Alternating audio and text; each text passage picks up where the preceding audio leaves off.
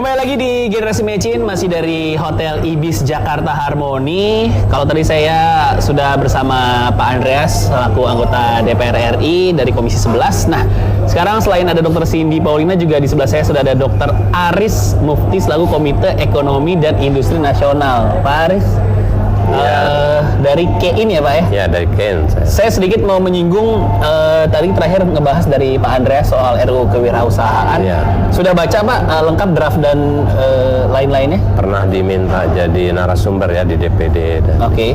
Dan menurut Bapak akan seberapa efektif si RUU itu untuk perkembangan industri di negara ini Pak?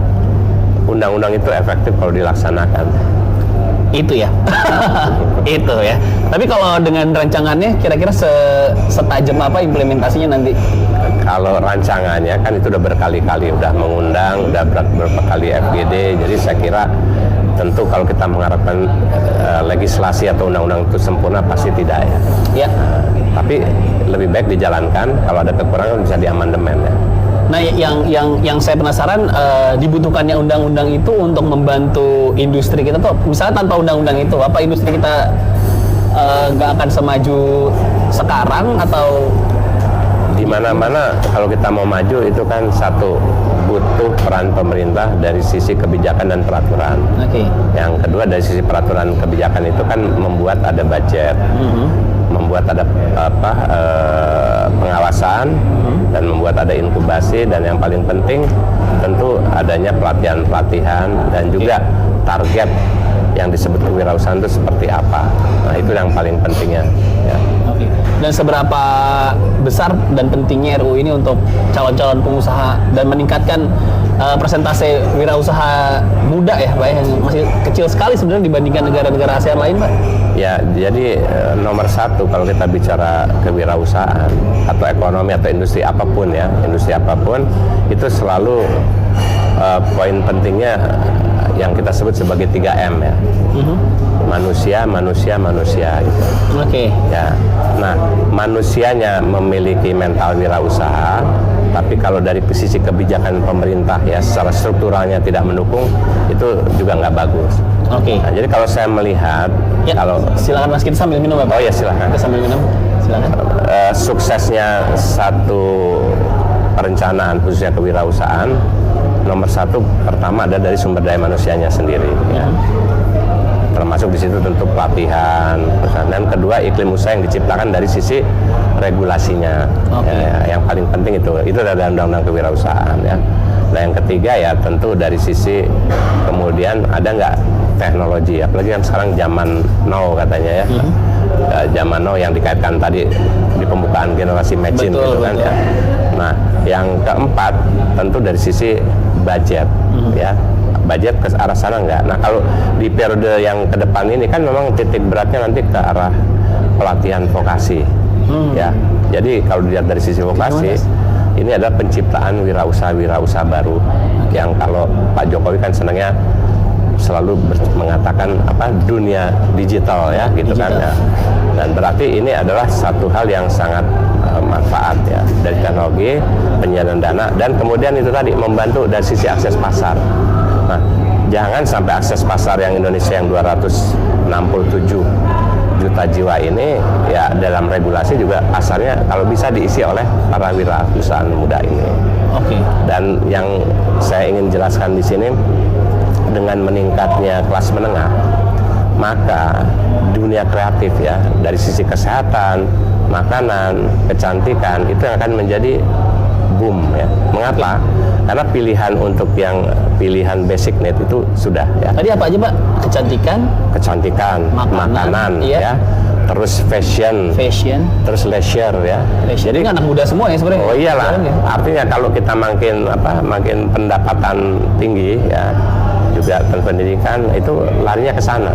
Ya. Oke. Kita kasih contoh aja, ada kalau nyebut satu merek kan nggak enak ya. Ya. Ada merek tertentu tapi lokal yang tumbuh mengagetkan waktu di ASEAN itu tumbuh sampai bisa di atas 500%.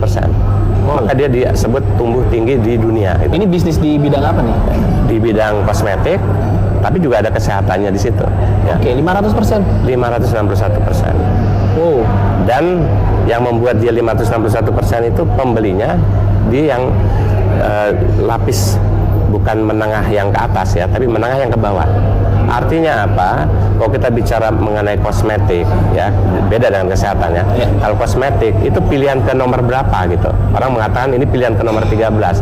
Jadi kalau pilihan ke nomor 13 saja sudah tumbuh tinggi, berarti ada sesuatu. Sesuatu itu apa? Yaitu peningkatan daya beli di level bawah. Dan yang kedua, kebetulan produk yang disajikan ini memang produk tertentu khusus ya. Halal kosmetik. Nah, ini kan berarti kelihatan bahwa di Indonesia karena khususnya mayoritas beragama Islam, kelas di bawahnya menjadi naik ke kelas menengah, maka yang sifatnya kosmetik, kesehatan ya, lalu wisata, fashion, larinya ke arah sana. Sebenarnya kan tujuan pemerataan itu kan supaya semua nggak bertumpuk di kota besar, semua nggak ke Jakarta lagi. Sebenarnya kan itu Pak Aris ya. Hambatannya apa sih untuk pembangunan pemerataan di desa itu, akses kah? Sebenarnya kan Pak Jokowi juga sudah gencar sekali di periode kemarin soal infrastruktur ya. Kalau memang itu salah satu solusinya, apakah bisa teratasi di periode yang sekarang kira-kira Pak Aris? Nah, sebenarnya saya harap undang-undang kewirausahaan dengan namanya revolusi mental Pak Jokowi periode 1 itu bisa menjadi sinkron. Saya memberi contoh saja. Yang namanya Korea, yang namanya Cina, namanya Jepang, mereka itu khususnya Korea itu ada jargon beli desa bela bangsa. Beli desa bela bangsa di Korea ya? Ya, ya itu di Indonesia. Yang namanya Cina juga seperti itu karena dia mengikuti konsep Town Village Enterprise. Yang namanya Jepang nggak mungkin dia akan membeli produk yang bukan ini. Kalau di dalam Islam ini saya sebut saja itu namanya halal dan thayyib itu. Ya halal dan thayyib, baik, artinya membantu saudara sendiri. Kalau di India namanya swadesi.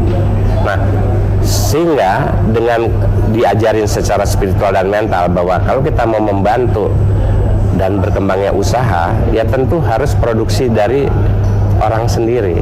Kalau kita bilang Indonesia sekarang masalahnya apa sih? Udah maju kan current account deficit. Current account deficit itu kan cuma simpel aja, dikonsumsi. Kalau kita konsumsinya banyak dari luar, maka kita defisit.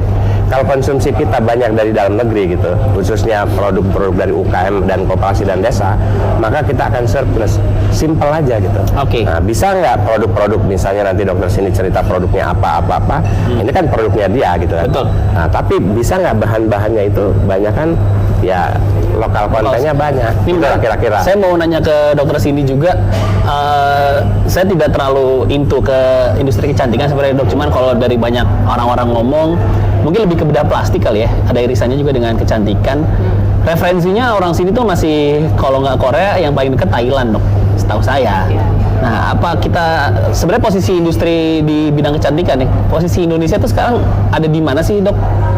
Sebenarnya kenapa yang mereka kebanyakan kiblatnya ke Korea dan Thailand, karena mungkin ya untuk di Indonesia sendiri promosi untuk bedah plastik belum terlalu seperti Korea. Kalau Korea kan mereka di sana memang bedah plastiknya sangat-sangat famous. Sementara di Indonesia sendiri bedah plastik masih lebih ke arah rekonstruksi kan. Jadi misalnya ada kasus kecelakaan yang mengalami kerusakan parah di wajah seperti itu.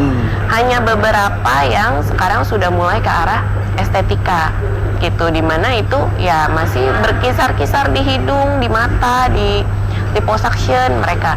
Tapi memang uniknya orang Indonesia adalah mereka lebih percaya yang di luar dibanding yang di sini gitu. Itu kan berarti PR dari betul. Dan lebih ke mungkin prestis ya. Jadi mereka menganggap bahwa oh kalau di Korea oh pasti lebih bagus, oh pasti lebih keren, walaupun ya sebetulnya nggak juga gitu. Banyak juga misalnya kegagalan-kegagalan, tapi kan yang orang tahu adalah bagus. Betul. Yang bikin, yang harus dinaikkan dari Indonesia sendiri apa nih dok? Untuk produk? Untuk produk atau? Ya untuk produk dan industrinya sendiri. Untuk ya kita paling nggak bisa bersaing, orang nggak perlu ke Korea, orang nggak perlu ke Thailand, orang nggak perlu ke Singapura. Cukup di Indonesia aja. Apa yang perlu dikejar lagi promosi selain promosi tadi ya? Ya mungkin juga kualitas ketersediaan. Kalau untuk produk itu lebih ke arah ketersediaan bahan baku. Karena untuk beberapa bahan baku ya bahan dasarnya juga memang harus impor karena di Indonesia belum ada ketersediaannya. Sementara untuk bahan baku lain di Indonesia sudah ada seperti itu. Jadi ya memang masih banyak ya PR-nya. Pribadi saya sendiri juga melihat ya sekarang memang sedang berkembang, sedang sangat booming gitu dibandingkan beberapa tahun yang lalu. Cuma ya itu abu-abunya peraturan, kemudian juga ketersediaan seperti itu. Sama juga kualitas. Kita punya usaha gitu, tapi tetap sebetulnya penentu berhasil atau tidaknya kita itu adalah konsumen. Nah, kalau konsumennya masih mindednya itu Korean minded, itu ya agak susah memang, karena mereka seleksi gitu loh. Mereka lebih ke arah, saya maunya ke Korea aja gitu, saya lebih suka di sana. Oh, saya maunya produk ini.